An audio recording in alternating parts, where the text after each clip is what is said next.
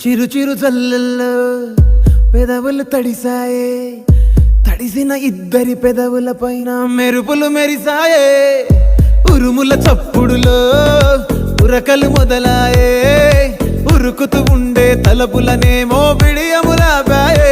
అడుగు అడుగు ముందుకు సరుపుకుని ఒకరికి ఒకరము చేరువయి, ఊపిరి తగిలేటంతగా ముఖములు ఎదురుగా ఉంచామే.